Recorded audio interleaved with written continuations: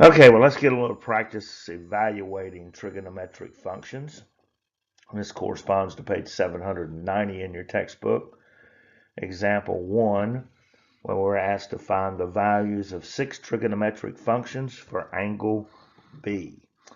And so this right here is labeled as angle A, up here is angle B, down here is C. We know that this is a right triangle. We're going to identify that by the box. And then we're given the side lengths. Now, the hypotenuse is directly across from the right angle. And here we're told that's 17. And we're trying to find theta, B, angle B. And opposite angle theta, or angle B, we have a side length of 15. And adjacent to it, we have a side length of 8. So let's do our 6 trigonometric functions. So we've got the sine of theta. Well, sine is opposite over hypotenuse. So that's going to be 15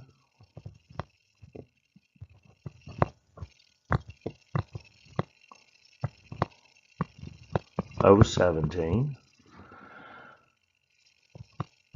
And since we got the sine of theta, we might as well do the cosecant. So the cosecant of theta, which is the reciprocal of the sine, or we can just, or 1 over the sine, or we can just simply flip the fraction of that sine over, and it's 7. That makes it the hypotenuse over the opposite, or 17 over 15.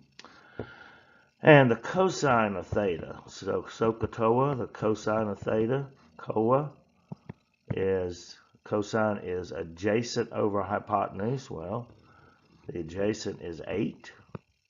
Hypotenuse is 17.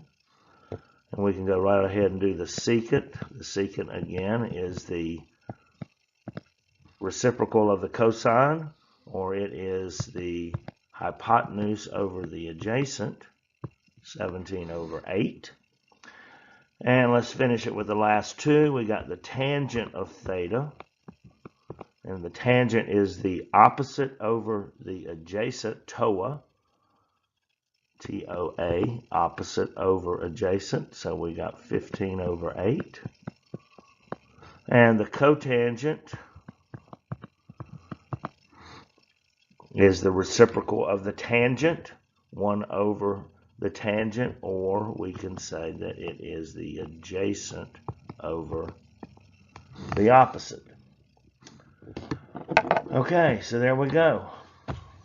6 trigonometric functions when we were given the 3 side lengths.